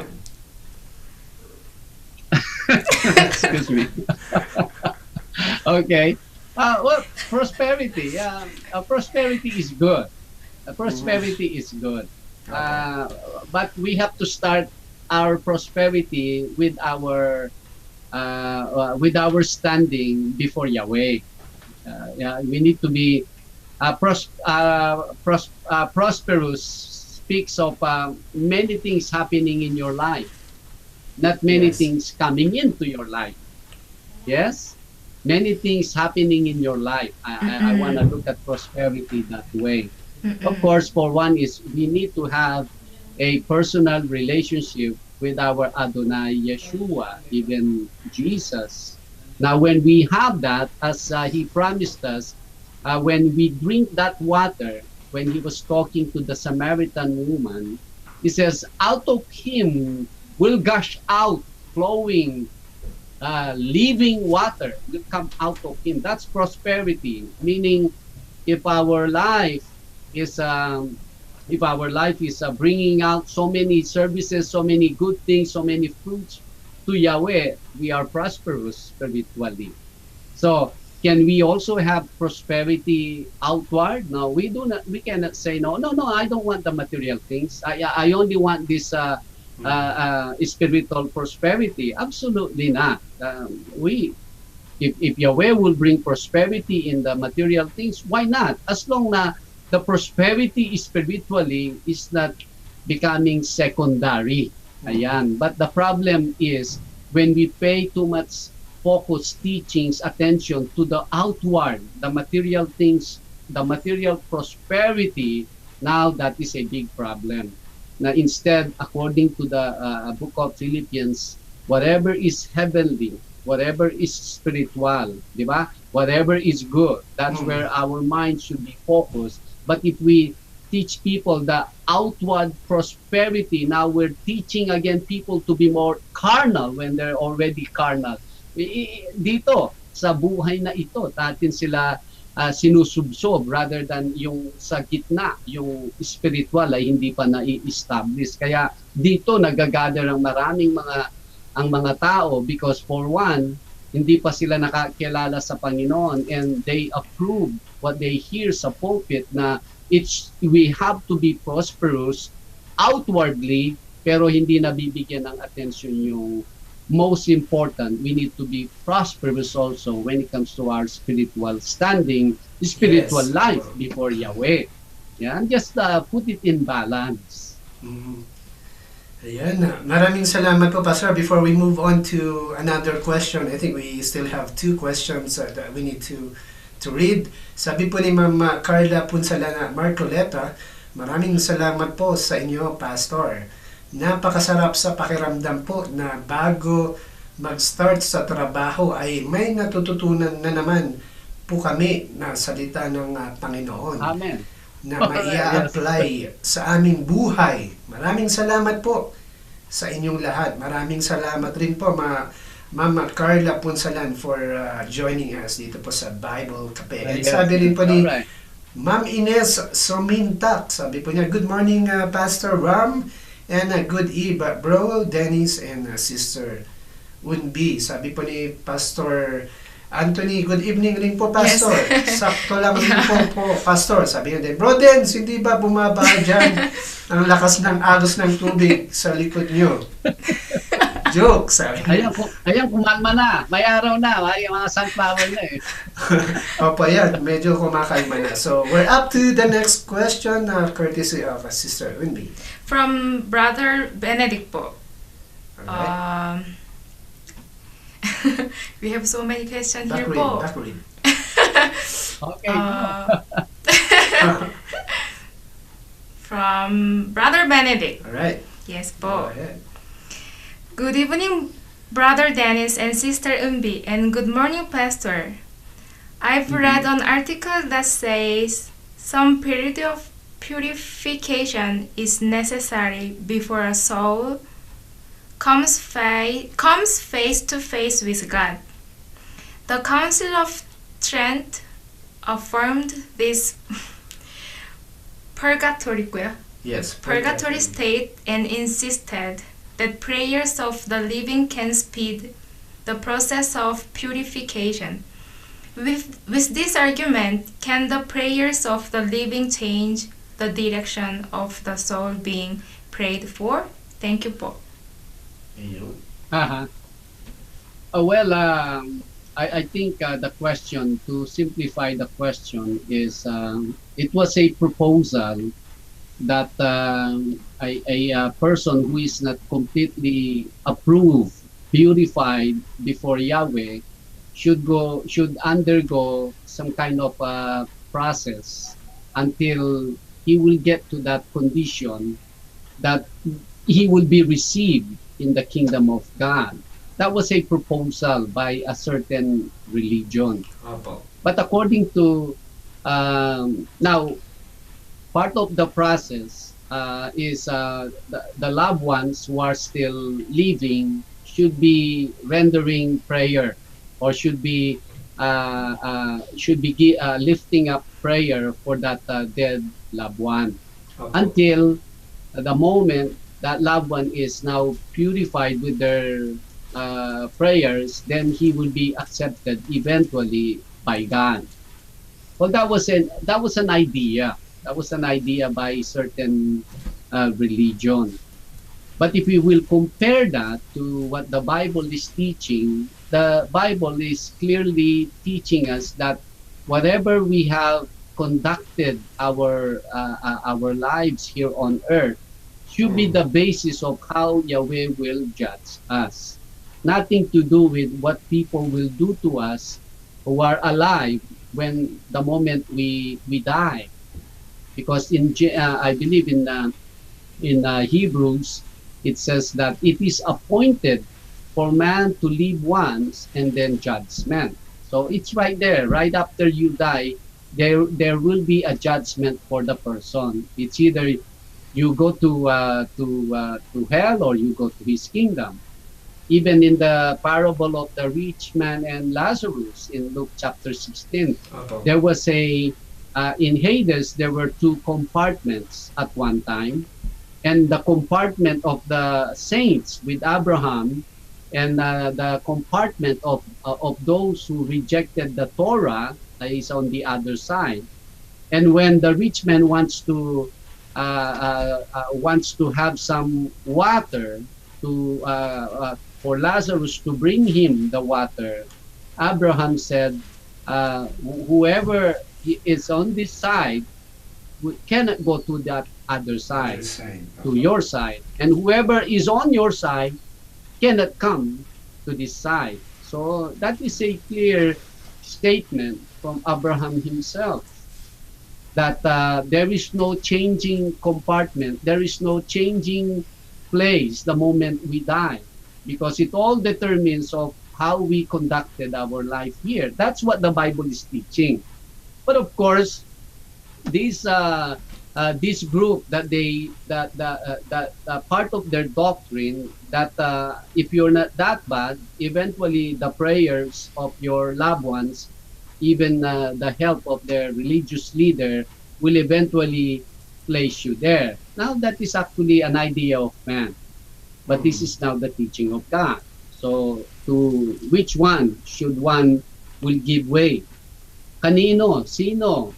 Sa katuruan ng Diyos o katuruan ng tao tayo maniniwala? That is up to people who continue to side either the teaching of God. For us, we rather know the teaching of God, because this is inspired. Infallible ito eh. Wala po siyang error. Kumbaga, walang mali ang salita ng Diyos. Pero yung idea ng tao, it's just an idea. still yet to be tested. What if this is wrong? Then you live a Yes. passive life dito sa mundong ito. Okay na yan. Hindi naman ako tsaka na lang ako mag-church pag ako'y namatay ay pag-pray naman ako ng mga Opo. loved ones ko. Imagine, ang Wow. kauwian ng ganitong klaseng doctrine will make you unfruitful, will make you selfish, will make Yes. you passive sa iyong buhay when it comes to your spiritual standing before Yahweh. But when you believe the teaching of God, you become so aware, so conscious, you will be watchful and you want to be well sa iyong buhay with your fellow man at ganun din sa iyong Diyos. I will take this one dahil wala kang talo dyan. Ayan, Yan. maraming salamat po, Pastor Ram. And I would want to welcome also si Sister Juveline Aquino for joining us tonight. Also, kay Ma'am May Jo. I think may mga Korean Jo. characters dito that I cannot understand. I think Sister Unbi can translate us. But sabi rin, welcome din kay Mama Lava Enriquez. Ayan. So, what does it says, Sister Unbi? To be blessed to Pastor Brother Dennis, Sister Umbi within this week. Wow. So no, malit. Okay. She will pray for that po. Alright. Yes, okay. You will Any more? Any more? yeah, she will gonna pray daw po for that. Okay. And then there are a lot of raining also in there po. Wow. Ayan. Okay. So Actually, it's yes. it's a Go flood ahead. that when she worked there, so Wow. she couldn't open her business po. Wow. Okay. Yes po, that's it. Flooded. Yeah, Okay. I just did also, Pastor. All right. Well, I want to say hi, welcome kay Sister Lalaine Flores, Pablo, Sister Lalaine. Ayan. Hello Salamat po. po. Thank you for joining us. And we see your waving. Kay Sister Angeline Ursavia, kapatad, Maya Bengi, at happy watching with you all there sa Concepcion. Si Cory Guevara Oliado Oliado. is watching us. Ayan. Uh, Pastor, sabi ni Brother Benedict Adrias, thank you po, Pastor, for the explanation and supporting verses. And we're up to our next question, Pastor, because it's on 1.5 hour na po tayo, but we need to Yeah. answer this question po galing kay Mama Belen Moleski. Sabi po niya, Pastor, Oh is, yeah, okay. kung ang isang tao po ay dating may kaya sa buhay at tumulong Alright. at nagpautang, also nag-mission din po at ngayon po ay nawalan po ng trabaho dahil sa boss na heartless. Yung bang ayaw sa isang tao, sinasabi pong karma nila ito? Ito po ba ay really karma? Kasi for me, is a test for the person yung faith po niya. So ito po yung katanungan ni Mama Belena Boleski po. Pastor, back to you. Okay. Unang-una, yung karma, that is a term na yung karma mo the next life. Kaya tayo na mga Kristiyano, we really do not use that karma. Ang ginagamit nating term ay yung consequence, no? Consequence. Bunga ng maling desisyon, bunga ng maling buhay, by consequence yan. But ang consequence na yan ay dito sa buhay na ito. Yes. Ang karma kasi is an idea incorporated yan sa mga group na naniniwala sa reincarnation. Halimbawa, tayo ay tao ngayon. Salbahe tayo, abusado tayo, yung mga you really are a bad person sa buhay na ito. The point that makita mo yung aso sa dinadaanan mo, sipain mo siya, o kaya pusa, batuhin mo siya, kaya yung ibon binaparin mo, whatever that is. Pag ikaw ngayon ay namatay, makakarma ka. At sa susunod mong buhay, unggoy ka. Yun ang Yeah. karma. Yun po yung karma. Makakarma ka, ibig sabihin, your next life is something else. Something so degraded to your form now. Yan. Kaya yung mga naniniwala sa karma, they basically fear all living things. Yung lamok. baka dating abusadong judge yan. No? Dating abusadong mayor. Yan. Yan. Sige ka. That's why they don't kill anything. Yan ang mga naniniwala sa karma. But for us, consequence naman ngayon. How can we judge people easily kung ano yung nangyayari sa kanilang mga buhay?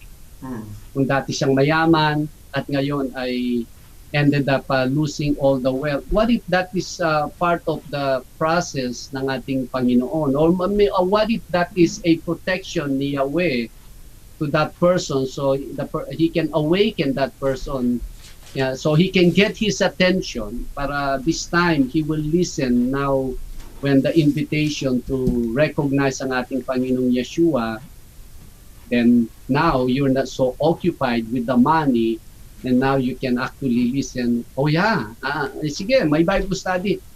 Okay, sige, sama ako. So we never know kung ano yung reason ng ating Panginoong Yahweh to what He is doing. Kasi ang tao, ang judgment nila na you have so much and then now you have nothing, kagad ang judgment nila is something bad happened to you. Hindi pa nila nakikita yung end result ng proseso eh. People judge so prematurely most of the time. Diba? Now, kung yan ay proseso ni Yahweh, so be it. Kasi parang if you will judge si Job nung nasa kalagitnaan siya ng testing niya, sasabihin mo, oh yun, di ba? Yung mga friends niya, sinasabi, kasi may kasalanan ka, dapat mag-confess ka na, huwag mo nang i-deny pa kung ano yung mga pinagagawa mo dyan, bakit ganyan ang kinalalagyan mo ang sitwasyon mo. But why don't you read the rest of the story and see what will happen? So now, hindi lang nasubok na tapat at matibay si Job, everything was restored. Ang tao sa kalagitnaan ng story ay making judgment kasi. We should not be part of those people. Among those people, tulad po ng sinabi ni Apostle Paul na who am I to judge another man's servant? Kumbaga, pag nakita ko yung sitwasyon ng tao, I just look, but I should not conclude. Because I do not know what Yahweh is in the making dun sa taong yun. Whether mayaman ng tao o mahirap yung tao, basta ako nakita ko lang. I should not conclude muna because patay na ba yung tao? Hindi naman siya patay. Pero when I see people like who is this king sa Book of Acts na habang siya nagsasalita na para siyang Diyos and he loves the adoration ng mga tao because he's so prideful na struck siya na matay. Kinain siya ng uod, kinain siya ng worm doon. That you can judge.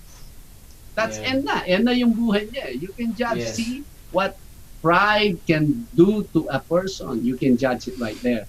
Pero habang buhay ang tao, tranquilo, lalo na sa mga taong hindi nakakilala sa Panginoon dahil they can be so judgmental, wishing something bad will happen sa kanilang kapwa because para may kasama sila sa kanilang bad na posisyon. Yun lang po ang dapat na maging kaisipan natin. Hindi po karma, hindi pa naman tapos eh.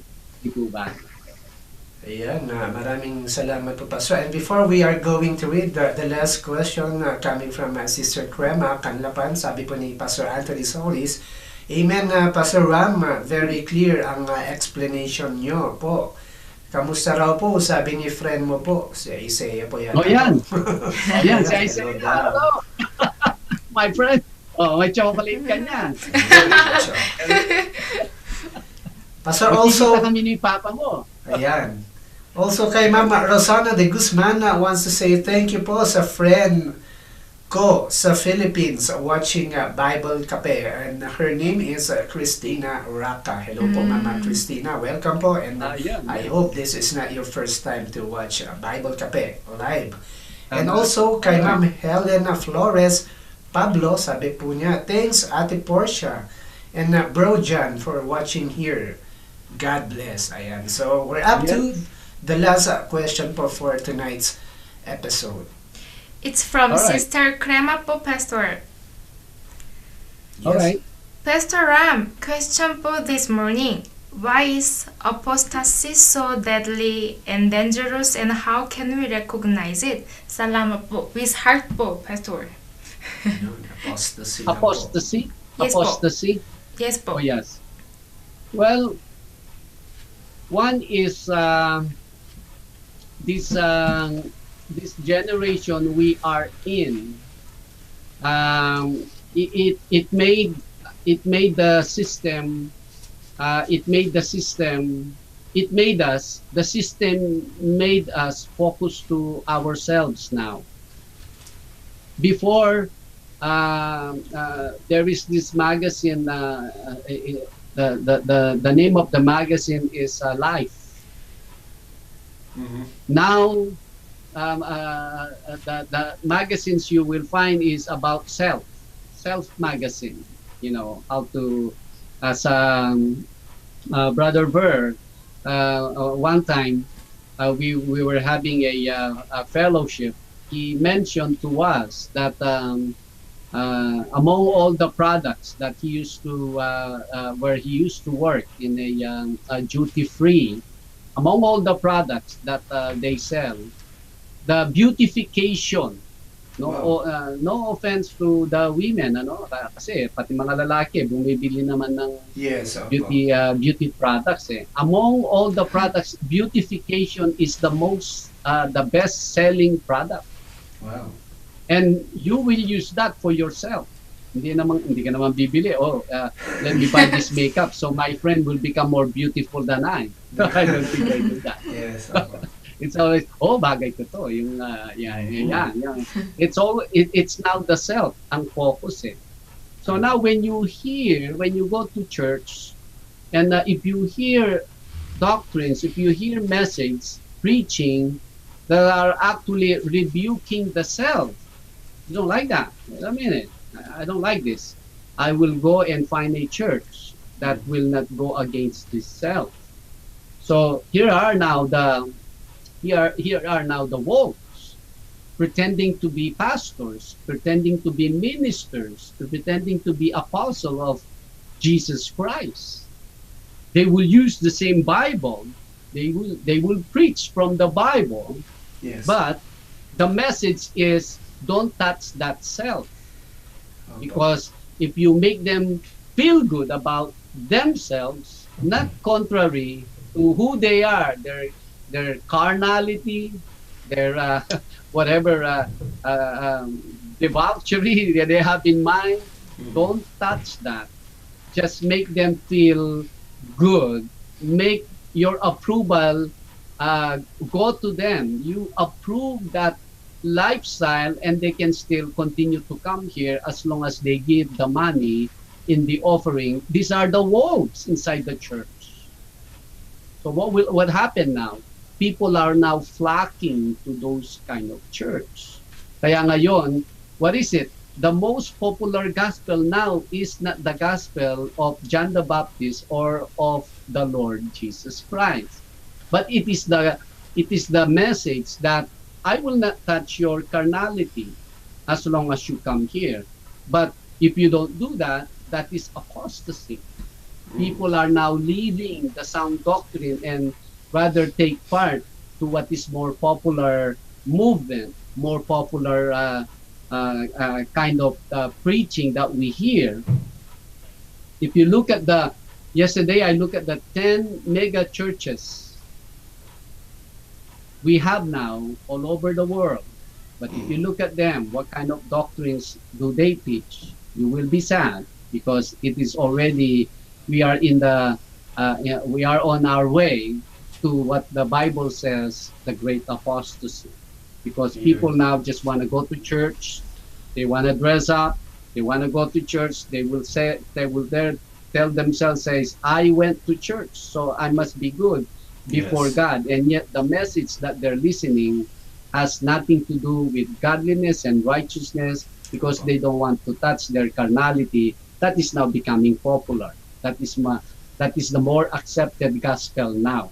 I believe you can now.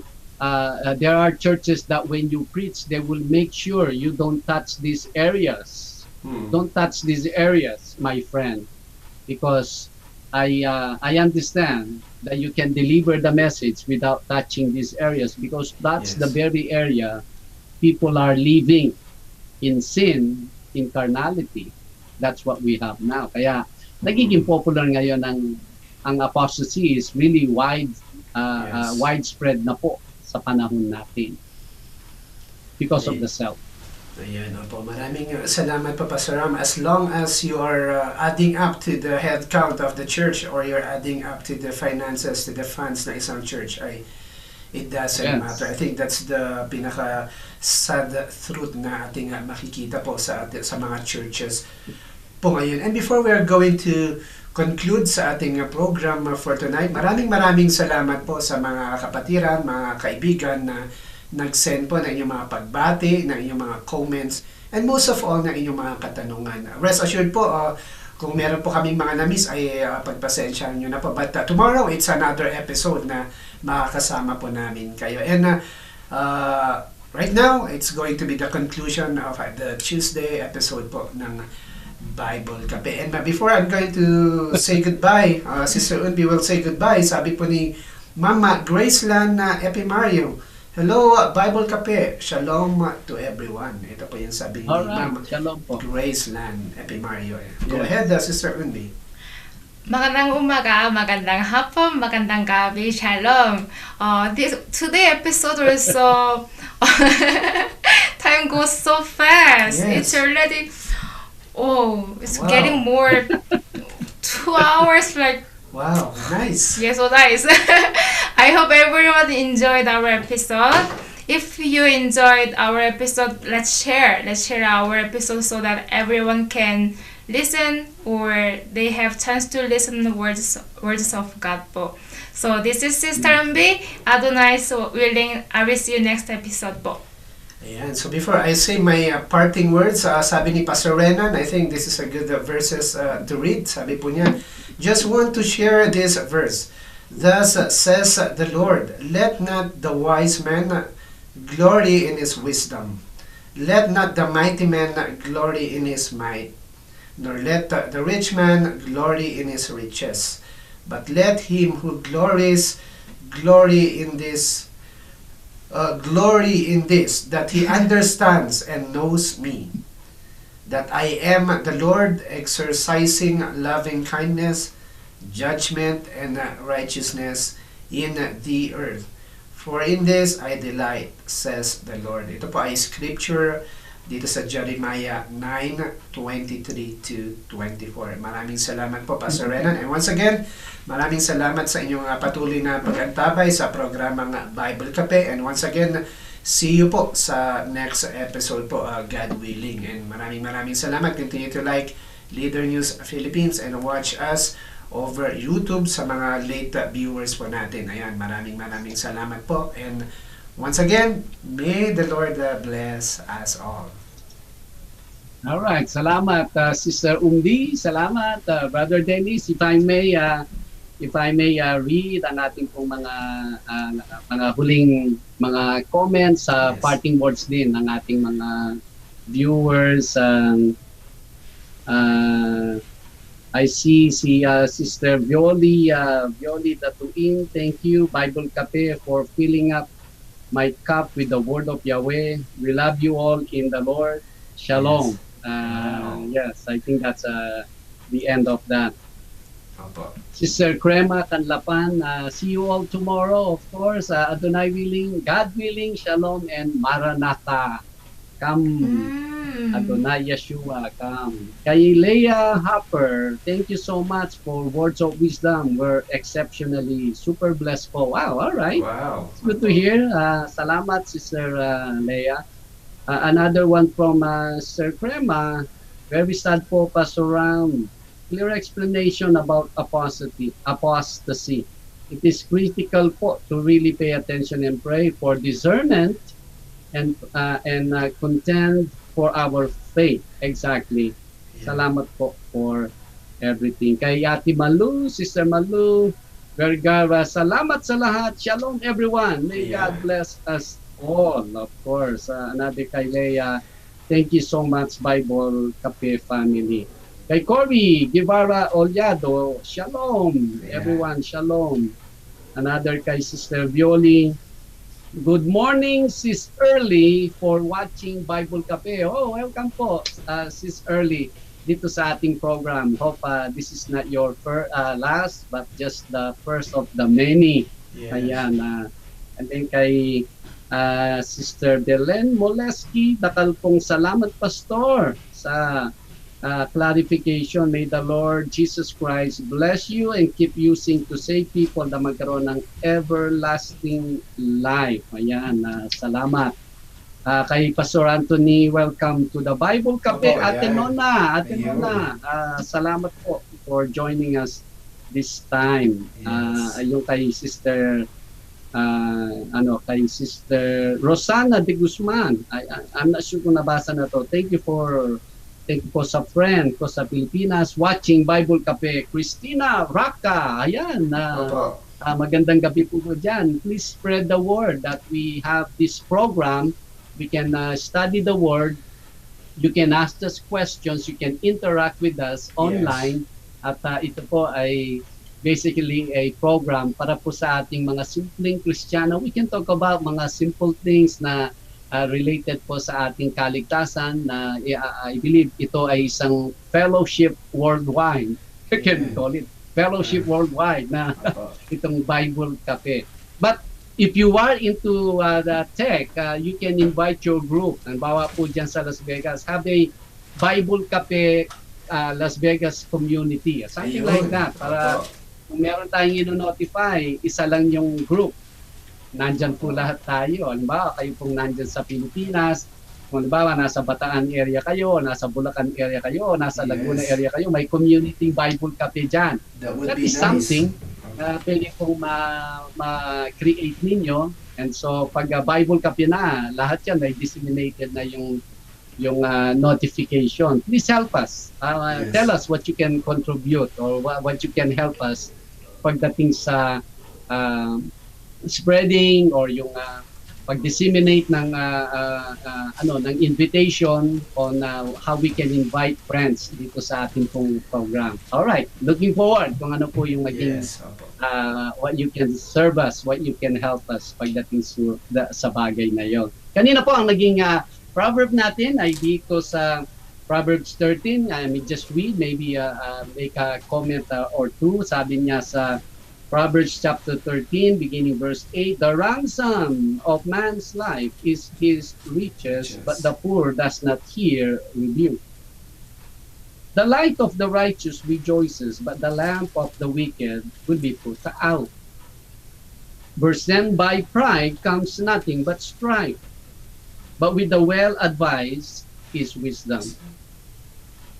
11, wealth gained by dishonesty will be diminished, but he who gathers by labor will increase. And the last verse, hope deferred makes the heart sick, but when the desire comes, it is a tree of life. Ang ating pong we pitch our tent dito sa verse 8 that says the ransom of man's life is his riches, but the poor does not hear rebuke. So dito po ang ating naging diskusyon, interaction ay yung ano yung kayamanan sa tao. Pwedeng ang kayamanan ng tao ay siya ang pwedeng maging elemento para makontrol ang kanyang buhay, and marami pong mga mayayaman na tao na buhay sa mundong ito. Pagdating ng kanilang deathbed, they realize they haven't done anything sa buhay na ito. Why? Because they live to protect, to keep that wealth. Imagine, ganun kalungkot ang buhay ng maraming mayayaman. Pero kung tayo ay nakakilala sa Panginoon at the same time, nandun po yung riches natin, yung wealth natin, at nagagamit yan to serve people at nalulugod ang ating Panginoon, hindi naman po mababawasan yan. hindi po yan mababawasan. At maayos pa ang ating relationship sa ating Panginoon. Kaya yung mahirap naman ang sinasabi niya, hindi siya pwedeng makinig sa review. Wala ka nang kukunin pa sa kanya eh. Dahil kung ano yung prinsipyo niya, yun na yun. Yung decision niya, yun na yun. Wala ka nang pwedeng kunin sa kanya. Anong sabi, kukunin ko yung kaldero mo. Hindi mo naman siguro kukunin yung kaldero niya. Yun lang ang meron siya eh. So, what is the lesson? The lesson is, let us not just easily desire to become rich. Instead, let us continue to pursue how we can be ever close sa ating Panginoon. That's the most important. Whether He gives us a simple life or He gives us a riches sa buhay na ito. That is well. Dahil ang dapat ang most important, ayan tayo po ay maayos ang ating relationship, lakad sa Kanya at tayo nagagamit niya para sa kalulwatihan niya dahil ang buhay na ito, maiksi lang po ito. Salamat po. Yan ang proverb natin for the day kanina, and you can also go back and hear yung explanation niya verse by verse. Again, we thank you everyone. Salamat sa inyo pong pagtitiwala sa amin. Thank you for giving us encouragement to continue ito pong ginagawa namin.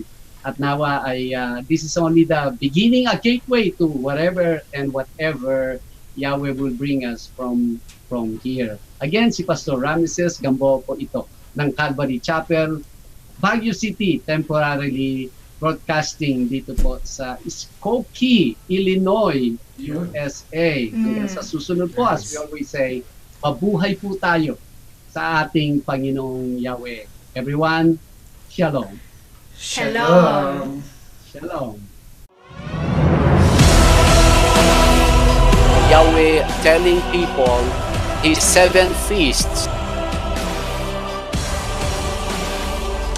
Therefore, hear me now, my children, and do not depart from the words of my mouth.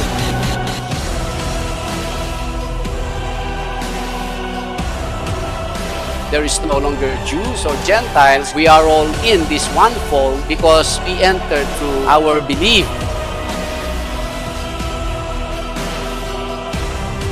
Keep your heart with all diligence, for out of it spring the issues of life. The Bible is teaching us about the urgency of time.